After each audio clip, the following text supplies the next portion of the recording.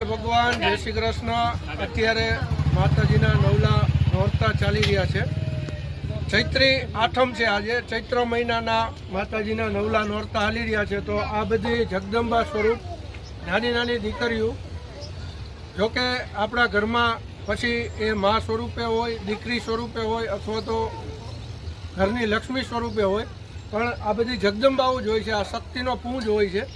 તો આ શક્તિ સ્વરૂપે જે જગદંબા નાની નાની દીકરીઓ હોય છે એને લાણી સ્વરૂપે આપણે આવા સેટ, જ્યાં આપણે જમાડવા જતા હોય ત્યાં આવા સેટની લાણી આપણે આપવાની હોય છે। આપણી એક કહેવત છે કે શક્તિ તત્વ કાંઈક જુદું છે, કારણ કે મુખથી બોલો માં ત્યાં હાચે નાનપણ સાંભળે, પછી મોટપની મજા મને કડવી લાગે કાગડા।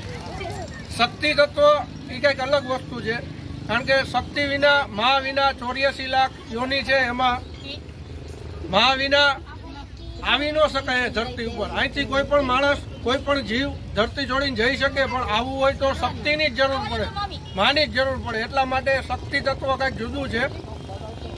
અને એવી નાની નાની જગદંબા સ્વરૂપ દીકરીઓ છે।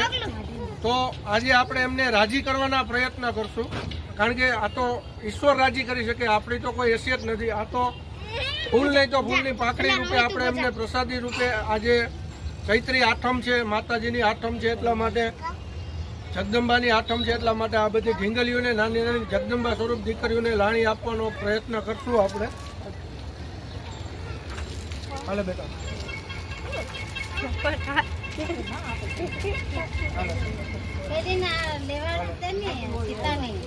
હજી લાવતા ભલે ફેર લાવો તો ઓલું પૂછ કરી દેવાય, પૂછ કરી દેવાય, ચોટાડી દેવાય। મેં કપાઈ ગયું